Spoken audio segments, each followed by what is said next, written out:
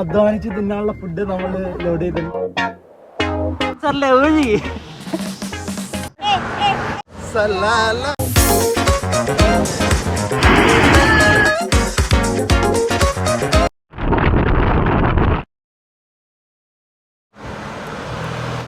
അപ്പോൾ ഞങ്ങളുടെ യാത്ര തുടങ്ങിയാണ്. ആഷ്പോഷ് വണ്ടിയിലാണ് പോകുന്നത്. ഇതാണ് ഞങ്ങളുടെ ഡ്രൈവർ സ്പൾബർ. ഒമാന്റെ ഓരോ ഇടവഴി അറിയാവുന്ന ഡ്രൈവറാണ്. ഡ്രൈവറിന്റെ കൂടെ ഇത് നമ്മുടെ GPS. രാവിലെ തന്നെ 4:30 എഴുന്നേറ്റാണ്. 3 മണിക്ക് എഴുന്നേറ്റ ആൾക്കാരുണ്ട് ഇതില്. പോണ വഴിക്ക് നമുക്ക് എന്താ പറയാ, ഫുഡൊന്നും തപ്പേണ്ട ആവശ്യമില്ല. അതെ, 3 മണി തുടങ്ങി നമ്മുടെ ഒരു ദിവസം അധ്വാനിച്ച് തിന്നാനുള്ള ഫുഡ് നമ്മൾ ലോഡ് ചെയ്തിട്ടുണ്ട്. ഷാർജയിൽ നിന്ന് നമ്മുടെ യാത്ര തുടങ്ങിയിട്ട് ഉദ്ദേശം 2 മണിക്കൂറായി. അതാ ഈ കാണുന്നതാണ് നമ്മൾ ആകാംക്ഷയോടെ കാത്തിരുന്ന മെസിയാദ് ബോർഡർ. അപ്പോൾ നമ്മൾ മെസിയാദ് ബോർഡർ ക്രോസ് ചെയ്തിരിക്കുകയാണ്. ഫസ്റ്റ് ഒരു കഫറ്റേരിയ അതിലാണ്. അവിടെ നിന്നാണ് നമ്മൾ പറഞ്ഞ മാതിരി ഒമാനി സിമ്മും അതേമാതിരി ഇപ്പോൾ ചായയൊക്കെ വേണമെങ്കിൽ ഇവിടുന്ന് നമുക്ക് അവൈലബിൾ ആണ്. ഗൾഫിലെ കേരളം കാണാൻ വൺ സൈഡ് 1300ഓളം കിലോമീറ്ററുകളുള്ള ഒരു ജേണിക്ക് വേണ്ടിയുള്ള വാമപ്പാണ് ഇന്ന് നടക്കുന്നത്.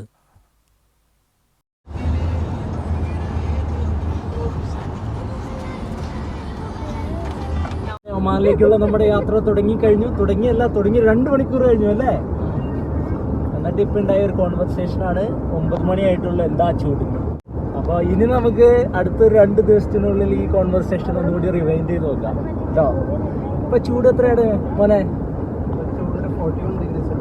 ഒരു 41 ഡിഗ്രി സെൽഷ്യസ് ആണ് ഇന്നത്തെ 9 o'clock ഇൻ ദ മോർണിംഗ്. അതായത് 9 മണിക്ക്, രാവിലെ 9 മണിക്കുള്ള ചൂട്.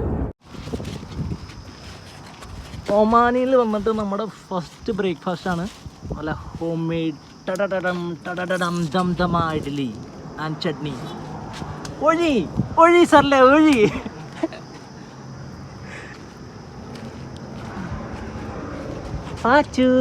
പാപ്പം. എടാ, നിങ്ങൾ ഒമാനിൽ വന്നിട്ട് ഇഡ്ഡലിയാണ് കഴിക്കണേ? പിന്നല്ല, മലയാളികൾ എവിടെ പോലും മലയാളി ഫുഡല്ലേ.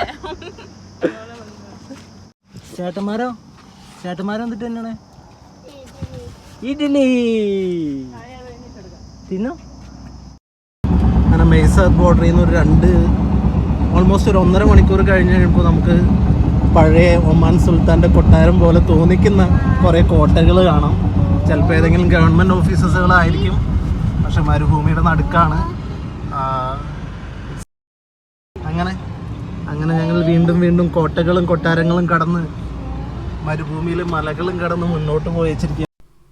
ഈ കാണുന്ന നഗരമായി ഇബ്രി കടന്നു കഴിഞ്ഞാൽ നമുക്ക് കിട്ടുന്ന ട്രക്ക് റോഡാണ്. 2 വേ ആയിട്ടുള്ള ട്രക്ക് റോഡിലൂടെ ഒരു 2 മണിക്കൂർ സഞ്ചരിച്ചാൽ മാത്രമേ നമുക്ക് 1 വേ ആയിട്ടുള്ള മെയിൻ റോഡിലേക്ക് എത്താൻ സാധിക്കുകയുള്ളൂ.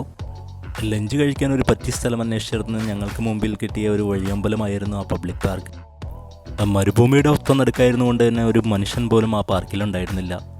അവിടെ വെച്ചാണ് നമ്മൾ വീട്ടിൽ നിന്ന് പൊതിഞ്ഞേറ്റി കൊണ്ടുപോയ മമ്മിച്ചി സ്പെഷ്യലായ ബീഫും മോരുകറിയും മീൻ വറുത്തതും മീൻ പീരയും ബീട്രൂട്ടും അതെല്ലാം കൂട്ടി ഒരു അടിപൊളി ഊണ് കഴിച്ചത്.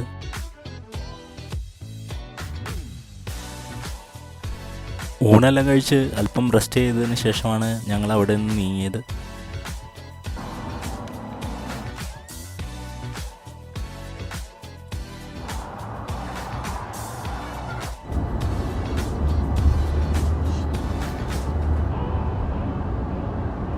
യാത്ര ഇങ്ങനെ മുമ്പോട്ട് പോകുമ്പോൾ സൂര്യാസ്തമയത്തിനുള്ള സമയമായിരുന്നു.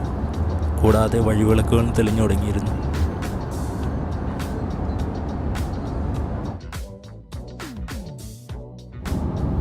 മരുഭൂമിയൊക്കെ മാറി ചെറുതായിട്ട് നഗരപ്രദേശങ്ങളിലേക്ക് നമ്മുടെ യാത്ര കയറി തുടങ്ങി. വഴിയിൽ കാണുന്ന പെട്രോൾ പമ്പുകളിൽ നിന്നൊക്കെ നമ്മൾ പെട്രോൾ അടിച്ചിട്ടുണ്ടായിരുന്നു. കുട്ടിപ്പട്ടാളം നമ്മുടെ കൂടെ ഉണ്ടായിരുന്നുകൊണ്ട് നമ്മൾ ഒരു ഹോട്ടൽസും പ്രീ ബുക്ക് ചെയ്തിട്ടുണ്ടായിരുന്നില്ല. കാരണം നമ്മൾ എവിടെ വരെ എത്തുന്നോ ഒരു ദിവസത്തിൽ അവിടെ സ്റ്റോപ്പ് ചെയ്ത് അവിടെ തങ്ങാമെന്നുള്ളതായിരുന്നു നമ്മുടെ ഉദ്ദേശം. അങ്ങനെ ഞങ്ങൾ എത്തിപ്പെട്ടത് തുമ്രൈത്ത് എന്ന സ്ഥലത്താണ്. ഇത് സലാലയിൽ നിന്നൊരു 50-70 കിലോമീറ്റർ ദൂരെയുള്ളൊരു സ്ഥലമാണ്. അപ്പോൾ ഞങ്ങൾ തീരുമാനിച്ചു എന്തായാലും രാത്രി ഇത്രയായില്ലേ, ഇന്നിവിടെ തങ്ങിയിട്ട് പോകാമെന്ന്. അങ്ങനെ അവിടെ ഒരു ഹോട്ടലിലാണ് ഞങ്ങൾ തങ്ങിയത്. Wish you all the best പറഞ്ഞോടാ നീ. ഇന്ന് പാച്ചുവിൻ്റെ ബർത്ത്ഡേ ആയിരുന്നു. രാവിലെ എഴുന്നേറ്റപ്പോൾ എല്ലാവരും അവനെ വിഷ് ചെയ്തു. ചേട്ടൻ വിഷ് ചെയ്യുന്നതിൻ്റെ ഒരു സെറ്റപ്പാണ് ഈ കാണുന്നത്. ബർത്ത്ഡേ കേക്ക് ഏതെങ്കിലും സീനറി ഉള്ള സ്ഥലത്തോ ബീച്ച് സൈഡിൽ വെച്ച് മുറിക്കാമെന്നുള്ളതായിരുന്നു ഞങ്ങളുടെ പ്ലാൻ.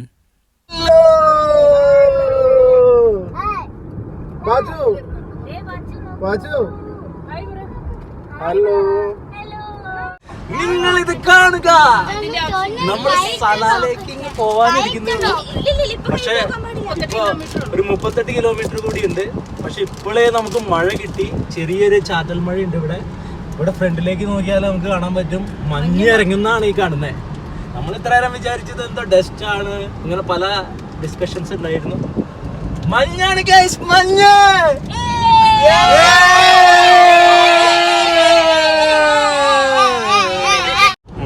ടെമ്പറേച്ചർ എന്നായിരിക്കും 27 ഡിഗ്രി.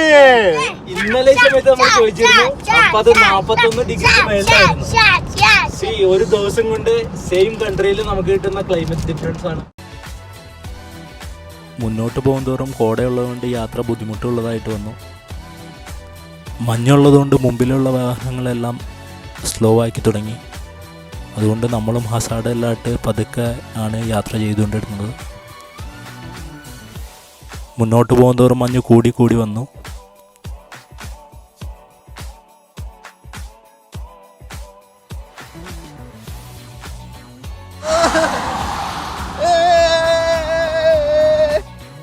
സലാലയിലെത്തുമ്പോൾ മഞ്ഞും മഴയൊക്കെ പ്രതീക്ഷിച്ചിരുന്ന ഞങ്ങൾക്ക് വഴിയരികിൽ കിട്ടിയ ഒരു സർപ്രൈസ് ഗിഫ്റ്റായിരുന്നു ഈ കോടമഞ്ഞും മഴയും.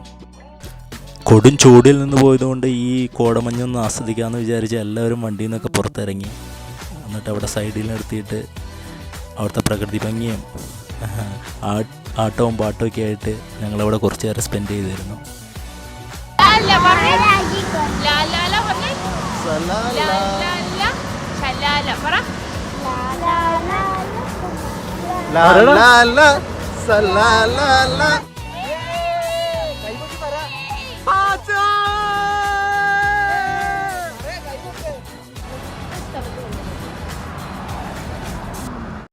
നമ്മുടെ വാഗമൺ പോലെ അടിപൊളി ലുക്കുള്ള ഒരു സ്പേസ് ആണ്. മൊട്ടക്കുന്നുകളും പച്ചപ്പും എല്ലാം നിറഞ്ഞൊരു ഗാദറിങ്, അബ്സല്യൂട്ട് ഗാദറിങ് പ്ലേസ്. അത് നല്ല മഞ്ഞുണ്ടായിരുന്നു. നമ്മളിവിടെ എത്തണ വരെ എത്തിയപ്പോൾ ചെറുതായിട്ടൊന്ന് മഞ്ഞ് കുറഞ്ഞിട്ടുണ്ട്. ഇവിടെ നോക്കിയാൽ അറിയാം ആൾക്കാരാണ്.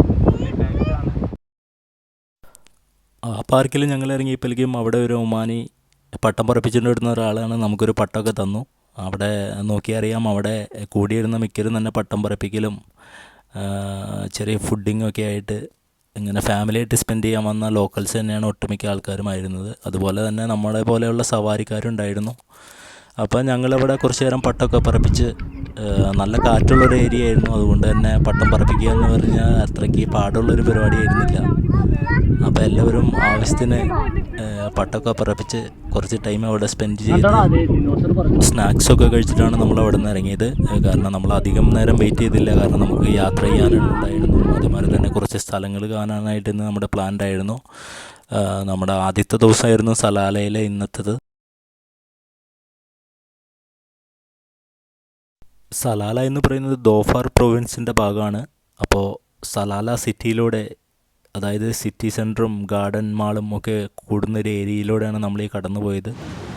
എന്നിട്ട് നമ്മൾ നമ്മുടെ ഫസ്റ്റ് ലൊക്കേഷനായ മുക്സേൽ ബീച്ച് അവിടെ എത്തി. ഏകദേശം ഒരു വൈകുന്നേരമായപ്പോഴേക്കും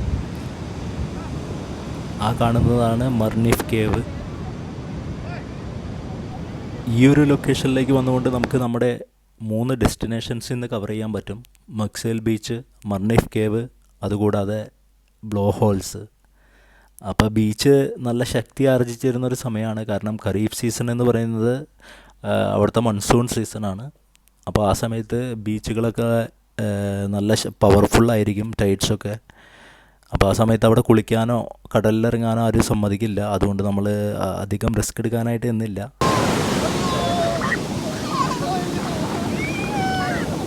ബീച്ചിൽ കുറച്ച് സമയം സ്പെൻഡ് ചെയ്തിട്ട് നമ്മളെല്ലാം മർനിഫ് കേവിലേക്കാണ് പോയത്.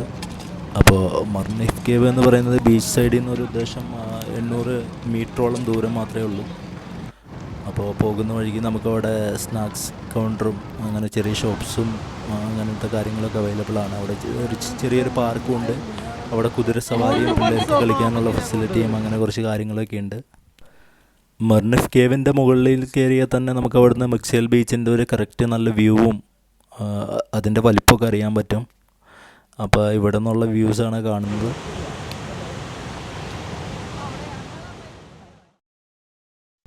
വിശപ്പിൻ്റെ അസ്കിത നന്നായിട്ടുണ്ടായിരുന്നുകൊണ്ട് എല്ലാവരും ചെറുതായിട്ട് സ്നാക്സൊക്കെ വാങ്ങി കഴിച്ച് ഫ്രഷായിട്ടാണ് പിന്നെ നമ്മൾ അവിടുത്തെ കാഴ്ചകളൊക്കെ എക്സ്പ്ലോർ ചെയ്യാൻ പോയത്.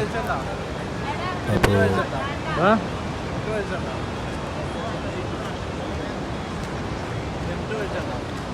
കേട്ടോ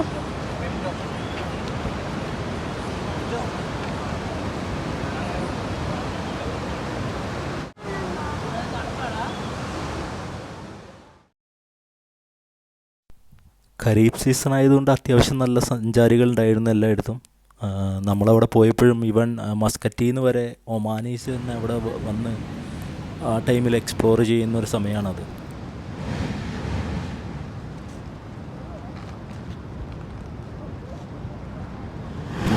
കേവിൻ്റെ ബാക്ക് സൈഡിലായിട്ടാണ് ഈ പറഞ്ഞ ബ്ലോ ഹോൾ ഉള്ളത്.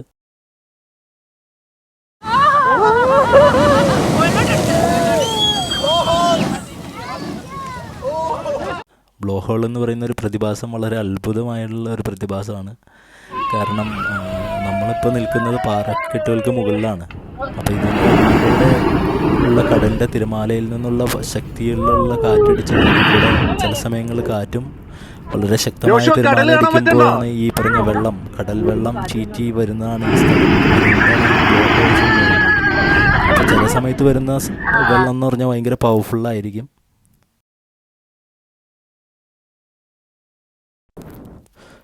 തിരിച്ചു വരുമ്പോഴും നമുക്ക് ചെറുതായിട്ട് ചാറ്റൽ മഴയൊക്കെ ഉണ്ടായിരുന്നു. നമ്മൾ വീണ്ടും തിരിച്ച് സലാല സിറ്റിയിലേക്കാണ് വന്നത്. അവിടെ നിന്ന് നമുക്ക് റൂംസ് അറേഞ്ച് ചെയ്യാമെന്നുള്ളൊരു കൺസെപ്റ്റായിരുന്നു.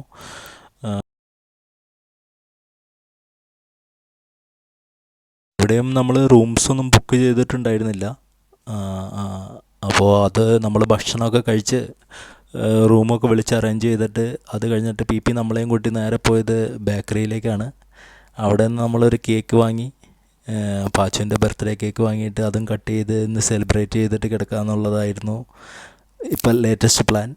അങ്ങനെ അവൻ്റെ ബർത്ത്ഡേക്കുള്ള കേക്കൊക്കെ മുറിച്ച് പാട്ടൊക്കെ പാടി പുതിയ ഡ്രസ്സൊക്കെ ഇട്ട് നമ്മൾ വന്ന് അവൻ്റെ ജന്മദിനം നമ്മൾ സലാലയിൽ വെച്ചാണ് ആഘോഷിച്ചത്.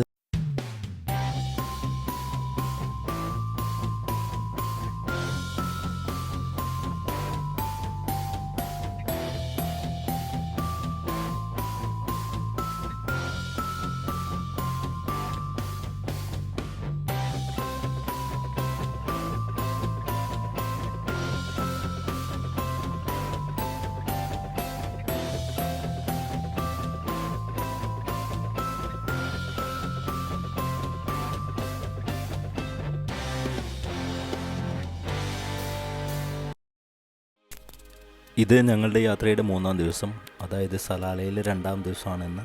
അപ്പോൾ ഇന്ന് ഞങ്ങൾ അതിരാവിലെ തന്നെ റൂമിൽ നിന്ന് ഇറങ്ങി ഞങ്ങളുടെ ലക്ഷ്യസ്ഥാനമായ സലാലയിലെ വൺ ഓഫ് ദി ബ്യൂട്ടിഫുൾ പ്ലേസായ വാദി ദർബത്തിലേക്കുള്ള ഞങ്ങളുടെ യാത്ര തുടങ്ങി.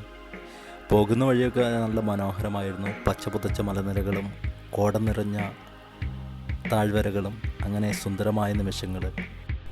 മഴയും മഞ്ഞും കണ്ടു ശീലിച്ച മലയാളികളിൽ നൊസ്റ്റാൾജി ഉണർത്തുന്ന പ്രദേശങ്ങളായിരുന്നു ഞങ്ങൾ കടന്നുപോയ വഴികളിലൊക്കെ.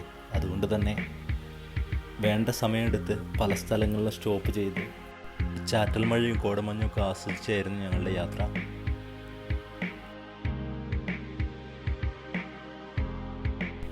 വാദി ദർബത്തിലെത്തിയ ഞങ്ങൾ ആദ്യം തന്നെ എക്സ്പ്ലോർ ചെയ്യാൻ പോയത് അവിടുത്തെ ബോട്ടിംഗ് ആണ്.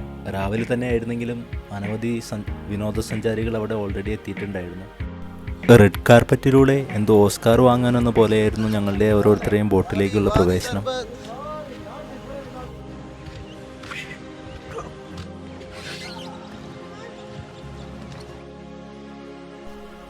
വഞ്ചിക്കാരനോട് കുശലാന്വേഷണം നടത്തി വാദിയുടെ ഭംഗിയും ആസ്വദിച്ച് ഞങ്ങൾ ഞങ്ങളുടെ യാത്ര തുടർന്നു. സമയം രാവിലെ 9 മണി കഴിഞ്ഞെങ്കിലും ഒരുപാട് സഞ്ചാരികളുണ്ടായിരുന്നിട്ടും വാദി അങ്ങ് ഉണർന്നു വരുന്നതേ ഉണ്ടായിരുന്നുള്ളൂ.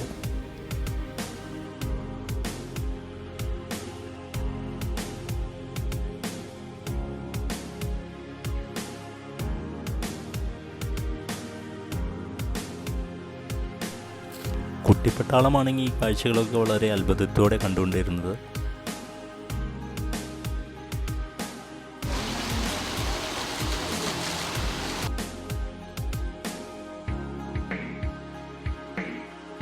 വഞ്ചിയുടെ ഫ്രണ്ടിൽ നിന്ന് കാഴ്ചകൾ കാണാൻ ജോഷുവും കൈവിട്ട് കൊടുത്താൽ ഒന്ന് പോയി നീന്തി കുളിച്ച് വരാമെന്ന് പറഞ്ഞ് പാച്ചും റെഡിയായിരുന്നു.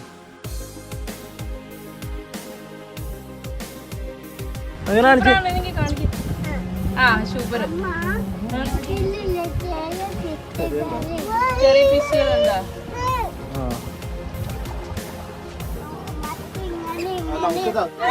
വരുന്നുണ്ട്.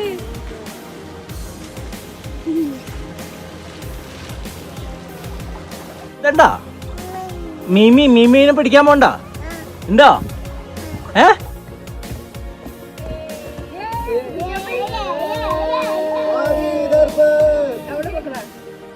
റെഡിയാണോ? എന്തിനാ റെഡി? എന്തിനു റെഡിയാണോ? ഞാനും ജോഷും കൂടി ജോഷിന്റെ ഒരു പരിപാടിക്ക് പോവാം. അമ്പോ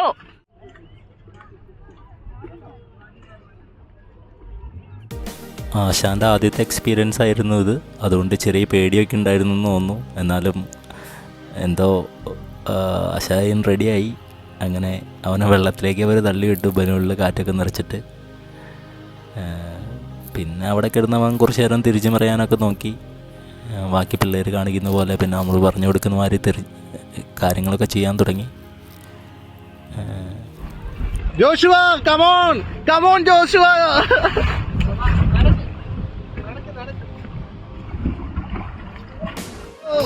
എങ്ങനെയുണ്ട് എക്സ്പീരിയൻസ്?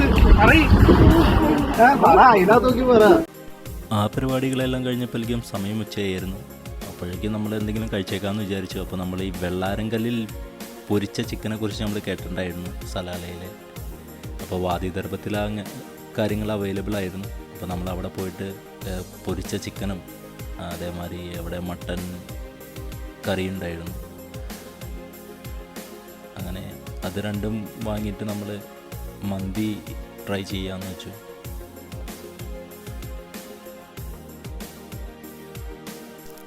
ഏതൊരു സ്ഥലത്ത് ചെല്ലുമ്പോഴും ആ സ്ഥലത്തെ പോലെ അവിടുത്തെ വെറൈറ്റി ഫുഡും ട്രൈ ചെയ്യുക എന്നുള്ളതാണല്ലോ ഏതൊരു വിനോദസഞ്ചാരിയുടെയും പ്രഥമ ലക്ഷ്യം.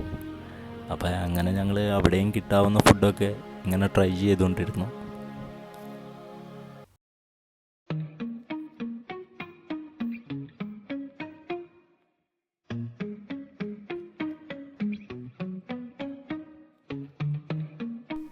ഫുഡ് കഴിച്ചതിന് ശേഷം ഞങ്ങൾ അവിടെ ഉണ്ടായിരുന്ന പുരാതനമായ ഒരു ഒമാൻ വീട്ടിൽ കയറി.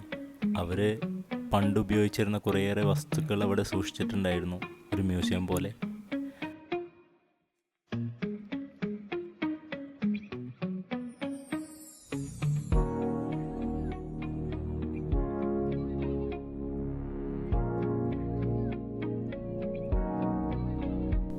Now to our next destination. ഇപ്പോൾ നമ്മളുള്ളത് ഒമാനിലെ ലൊക്കേഷൻ ഓഫ് ഗ്രാവിറ്റിയിലാണ്. ഇപ്പോൾ ഡ്രൈവിംഗ് സീറ്റിൽ ആളില്ല, ഇത് ന്യൂട്രലിലാണ്. നമുക്ക് അങ്ങോട്ട് ചെറിയൊരു കയറ്റാണുള്ളത്. അപ്പോൾ ഇനിയിപ്പോൾ നമുക്ക് പരീക്ഷിക്കാം എങ്ങനെയാണ് ഗ്രാവിറ്റി ഇല്ലായ്മ, ആൻറ്റി ഗ്രാവിറ്റി പോയിന്റ് എങ്ങനെ വർക്ക് ചെയ്യുന്നത്. ഞാൻ ഹാൻഡ് ബ്രേക്ക് എങ്ങനെ വണ്ടി പോവുകയെന്ന് നോക്കാം.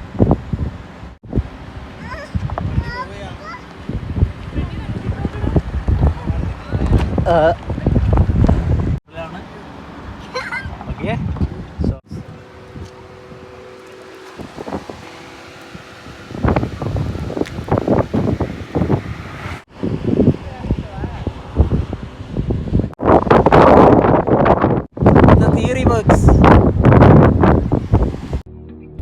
ഞങ്ങളുടെ കൂടെ ഉണ്ടായിരുന്നവരെല്ലാവരും തന്നെ ന്യൂട്ടൻ്റെ പിൻതലമുറക്കാരായിരുന്നു കൊണ്ട് വേണ്ട സമയമെടുത്ത് ഗ്രാവിറ്റിയും ചെക്ക് ചെയ്തിട്ടാണ് ഞങ്ങൾ അവിടെ നിന്ന് നീങ്ങിയത്.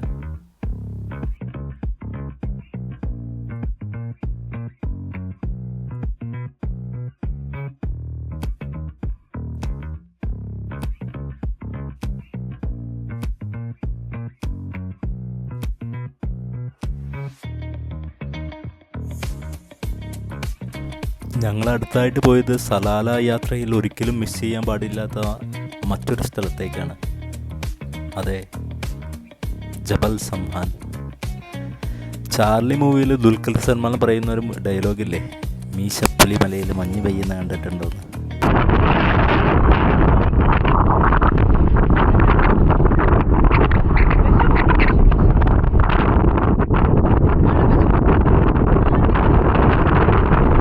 ഇനി നിങ്ങൾ കണ്ടിട്ടില്ലെങ്കിൽ എൻ്റെ മാതിരി ഇങ്ങോട്ടൊന്ന് പോയാൽ മതി.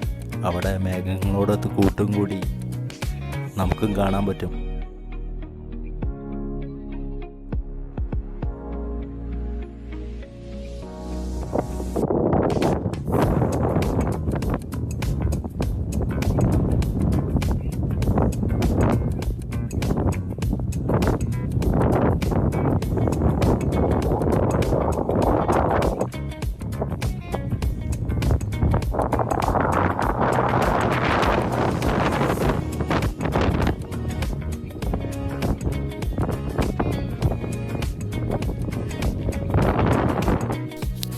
ഞങ്ങൾ ജബൽ സുൽത്താനിലെത്തിയപ്പോൾ ഉദ്ദേശം 3 മണിയായിട്ടുണ്ടായിരുന്നുള്ളൂ. അതുകൊണ്ട് തന്നെ വെയിലിന് നല്ല ചൂടുണ്ടായിരുന്നു. പക്ഷേ ഇപ്പം നിങ്ങൾ ഈ കാണുന്ന ഈ ഭാഗത്തേക്ക് വരാണെങ്കിൽ നിങ്ങൾക്ക് ഈ വെയിലോ ഒന്നും അനുഭവപ്പെടും. കാരണം അവിടെ ഒരു കേവ് പോലെയുള്ളൊരു ഭാഗമായിരുന്നു. അവിടെയാണെങ്കിൽ നല്ല തണുത്ത കാറ്റും ലഞ്ചരവും മേഘങ്ങളെയൊക്കെ കാണാൻ പറ്റാവുന്ന ഒരു പൊസിഷനും ഉണ്ടായിരുന്നു. ഞങ്ങൾ അവിടെ ഒരു ഉദ്ദേശം 1 മണിക്കൂറോളം സ്പെൻഡ് ചെയ്തിരുന്നു.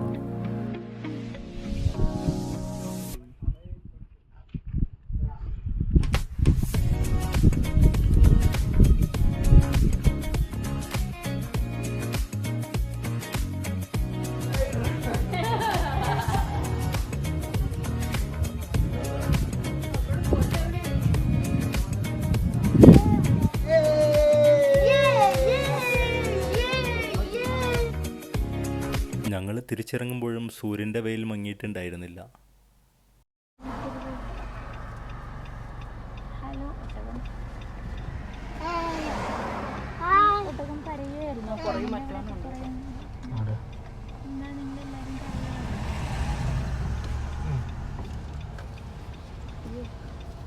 സലാലയിലെ ഒട്ടകങ്ങളുമായിട്ടൊരു സംവാദം. ഹലോ. തിരിച്ചു പോകുമ്പോഴും ഞങ്ങൾ വിചാരിച്ചു എന്നാൽ തിക്ക പാലസ് പോകുന്ന വഴിയിലാണ്, അവിടെ ഒന്ന് ജസ്റ്റ് ഒന്ന് കണ്ടിട്ട് പോകാമെന്ന് വിചാരിച്ചു. അങ്ങനെ ഞങ്ങൾ അവിടേക്ക് ലൊക്കേഷനൊക്കെ ഇട്ട് ഇങ്ങനെ പോയിക്കൊണ്ടിരിക്കുമ്പോഴാണ് നമ്മൾ ആ ലൊക്കേഷൻ എത്തിയെന്ന് പറഞ്ഞുകൊണ്ട് നമുക്കൊരു ഇത് കിട്ടി. അപ്പോൾ നോക്കിയപ്പോൾ നമുക്ക് മുകളിലേക്ക് ഒരു വലിയൊരു പാലസ് പോലത്തെ തന്നെ ഒരു ആംബിയൻസ് ഒക്കെ ഉള്ളൊരു പഴയ പാലസ് പോലെ ആംബിയൻസ് ഒക്കെ ഉള്ളൊരു സ്ഥലം കാണാൻ പറ്റി. അപ്പോൾ ഞങ്ങൾ വിചാരിച്ചു അതായിരിക്കും പാലസ് എന്ന് വിചാരിച്ചു. ഞങ്ങൾ അങ്ങോട്ട് കയറിയപ്പോഴാണ് മനസ്സിലായത് അതൊരു ഹോട്ടലായിരുന്നു. നമ്മുടെ തിക്ക പാലസ് എന്ന് പറയുന്നത് നമ്മളിപ്പോൾ ലൊക്കേഷനിൽ കണ്ട ആ സ്ഥലത്തു നിന്ന് ലെഫ്റ്റിലേക്ക് പോകുമ്പോൾ ഒരു ചെറിയൊരു പാലസ്, ചെറിയൊരു കെട്ടിടം പോലെ കാണാൻ പറ്റും. അപ്പോൾ നമുക്കത് വലിയ ഒരു സംഭവമായിട്ട് തോന്നിയില്ല. അതുകൊണ്ട് തന്നെ പിന്നെ നമ്മൾ അങ്ങോട്ട് പോകാനും നിന്നില്ല. യാത്ര ഇവിടെ അവസാനിക്കുന്നില്ല, ഇതൊരു തുടർച്ച മാത്രം.